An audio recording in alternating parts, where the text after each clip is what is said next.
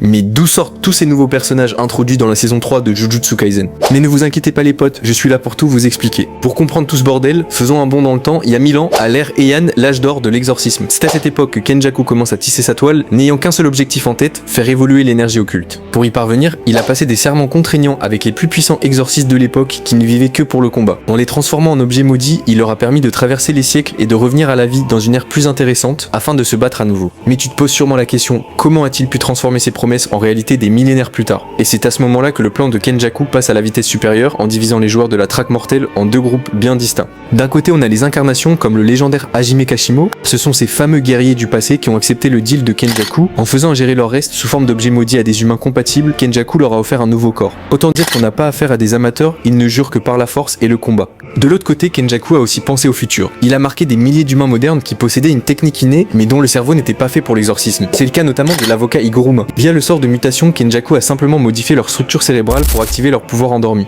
Tu te doutes bien que mélanger des maîtres de l'ère Heian avec des civils découvrant leur pouvoir hier après-midi, ça ne peut finir que dans un bain de sang. C'est exactement ce que Kenjaku voulait dire en parlant de milliers de Yuji. Il a créé des réceptacles et des monstres de puissance pour forcer l'humanité à muter par la violence.